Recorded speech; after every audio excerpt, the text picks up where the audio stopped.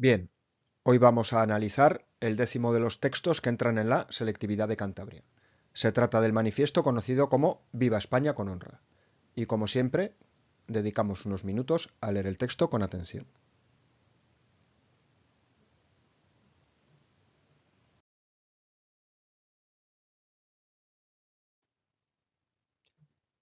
En el apartado de clasificación deberíamos comenzar señalando que se trata de una fuente primaria. Su naturaleza es circunstancial, dado que se trata de un fragmento de un manifiesto político, y la autoría corresponde a una serie de militares de orientación progresista y de la Unión Liberal. Como ejemplo, por ejemplo, de militar progresista tenemos a Prim y de la Unión Liberal tenemos a Serrano. En cuanto al destinatario, como en cualquier manifiesto, pues es el conjunto de la población. Y por lo que atañe a la fecha y el lugar, debemos mencionar que en este caso el texto se pronunció en Cádiz y en el contexto de la Revolución Gloriosa. De hecho, este manifiesto da inicio a la mencionada revolución que, como sabemos, provocará la caída y exilio de Isabel II y el inicio de la etapa conocida como Sexenio Democrático. Como hemos mencionado en otros textos que ya hemos comentado, a esto hay que darle forma.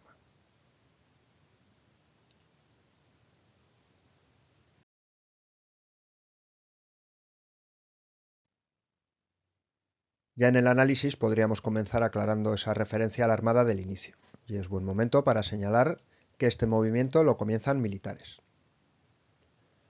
Un poquito más abajo encontramos el quid de la cuestión, el hecho de que esos militares niegan su obediencia al gobierno de Madrid por considerarlo corrupto. Sabemos que en ese momento quien gobierna es el Partido Moderado. Y al acabar este párrafo encontramos también una referencia a la soberanía nacional, cuando menciona que continuarán en armas hasta que la nación recobre su soberanía. Aquí indirectamente también hay una referencia al fraude electoral. La nación manifiesta su voluntad en las elecciones. Da a entender que cuando eso ocurre en ese momento, pues esa soberanía no se traduce en un gobierno legítimo. ¿Por qué? Bueno, pues porque sabemos que la monarquía isabelina se caracterizará a lo largo de sus diversas etapas por ese recurso continuo al fraude electoral. Si pasamos al siguiente párrafo, aquí lo que vamos a encontrar es una serie de críticas precisamente a la monarquía isabelina, con hollada la ley fundamental, a lo que se refiere es al incumplimiento de la Constitución, que es evidentemente la ley fundamental. Con corrompido el sufragio, a lo que hace referencia es al falseamiento electoral, que ya hemos mencionado. Con la expresión muerto el municipio, aquí lo que se critica es el centralismo propio de los moderados. Pasto la administración y la hacienda de la inmoralidad, pues es una crítica a esa corrupción que preside toda la etapa isabelina. Y finalmente, con tiranizada la enseñanza y muda la prensa, aquí lo que hay es una referencia muy clara a la censura, tanto de los periódicos, como menciona al final, pero también podríamos hacer referencia con lo de tiranizar la enseñanza a aquellos profesores como Castelar que han sido castigados por sus opiniones políticas. En el siguiente párrafo lo que vamos a encontrar son más bien las propuestas, junto con la carga retórica que corresponde a todo texto de esta naturaleza. Bueno, pues aquí anuncian los autores de este texto que van a proponer la creación de un gobierno provisional, plural en su composición política, que además de asegurar el orden, es un guiño a aquellos sectores conservadores, bueno, pues mediante el sufragio universal, se sobreentiende que masculino, eche los cimientos de nuestra regeneración social y política. ¿A qué se refiere aquí? Bueno, pues que realmente lo que va a haber es una convocatoria a cortes constituyentes por sufragio universal masculino y ya sabemos que las cortes, cuando son constituyentes, su principal tarea es la elaboración de una constitución. Esa nueva constitución serán los cimientos de una vida social y política más plena.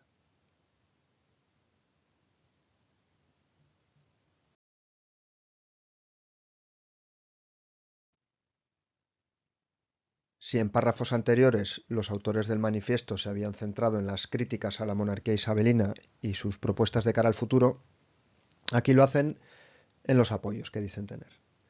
Comienzan mencionando que cuentan con el concurso, es decir, con el apoyo de todos los liberales. Y esto es así porque lo que pretenden es transmitir una imagen de movimiento plural. No se cierran a ningún partido, sino que cualquier liberal crítico con la deriva corrupta del régimen isabelino puede participar. En la siguiente línea menciona que cuentan con el apoyo de las clases acomodadas. sabemos que la oligarquía había apoyado la monarquía isabelina, pero también sabemos que para 1868 buena parte de esa oligarquía pensaba que el sistema ya era disfuncional y que no servía para mantener sus intereses. En la siguiente línea encontramos una referencia para la época escandalosa vida privada de la reina, se menciona su interminable serie de favoritos. Posteriormente encontramos una referencia a los amantes del orden, aquí hay un guiño a los sectores más conservadores de la sociedad. Con los ardientes partidarios de las libertades individuales se refiere a los demócratas. Con el apoyo a los ministros del altar hace referencia a la Iglesia Católica. La llamada al pueblo todo, bueno, pues no deja de formar parte de la retórica propia de un documento como estos. Y finalmente, con la mención de la Europa entera, hay un guiño a la opinión pública internacional. El último párrafo tiene bastante de retórica. Una retórica en la que piden moderación de cara a los acontecimientos que se vienen. Y como siempre, una vez que ya hemos aclarado todos estos aspectos, toca redactar la idea principal, que no es otra que un llamamiento a ese levantamiento contra Isabel II, y aprovechan pues para dejar claras las causas, al mismo tiempo que mencionan propuestas de cara al futuro y los apoyos que tienen, más bien podríamos decir que buscan. Al fin y al cabo es un manifiesto político que lo que busca es concitar apoyos.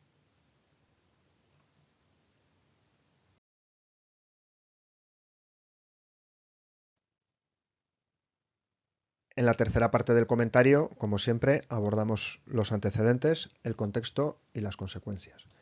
En cuanto a los antecedentes, pues convendría hacer un somero repaso por lo que había sido la monarquía isabelina, incidiendo en su carácter conservador, oligárquico, en el recurso continuo a la manipulación electoral para favorecer a los moderados, la creciente corrupción. Allí tendríamos que centrarnos sobre todo en la parte final del reinado, cuando esa crisis es más evidente, una doble crisis tanto económica como política. Y en la crisis política debiéramos poner el acento en el Pacto de Astende. Sabemos que lo firmaron en 1866 progresistas y demócratas y que posteriormente, ya muerto O'Donnell, se unirá a la Unión Liberal. Al fin y al cabo, vienen a ser básicamente los autores de este texto que estamos comentando. En el contexto, pues lo que habría que abordar es la propia gloriosa revolución. Comienza con este texto, sabemos que triunfará, que acabará con el exilio de Isabel II, pero va a ser bastante confusa. Hay una cierta dualidad de poder. Por un lado está el gobierno provisional que se formará por los partidos que habían firmado el manifiesto de Ostende y por otro lugar encontramos el peso creciente de las juntas populares. Hay que mencionar un poquito ese tira y afloja. Finalmente, a la hora de hablar de las consecuencias, pues debemos dejar claro que con este texto en cierto modo empieza una nueva etapa, ese sexenio democrático o sexenio revolucionario, que se va a caracterizar por una mayor participación popular, sobre todo de las clases medias, en la vida política, frente a ese carácter más oligárquico de la monarquía isabelina y también de la etapa que vendrá después, de la restauración borbónica. El sexenio democrático, como su propio nombre indica, se caracteriza por eso, por una mayor apertura. No tenemos tiempo para hacer un repaso en profundidad, tendríamos que limitarnos pues a mencionar sus etapas. Un gobierno provisional, con esa convocatoria electoral. Esas cortes constituyentes van a crear una nueva constitución, la del 69, y van a tener como tarea la de elegir un nuevo rey para España, y debemos mencionar que será Amadeo I. Ya, de una manera bastante más sintética, mencionar que Amadeo se encontrará con una situación muy complicada.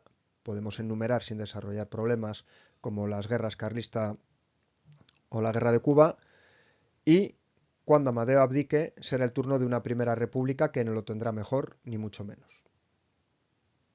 Es un texto en el que la parte del contexto histórico es bastante densa porque ocurren muchas cosas y como siempre aquí lo que tenemos que hacer es un ejercicio de síntesis.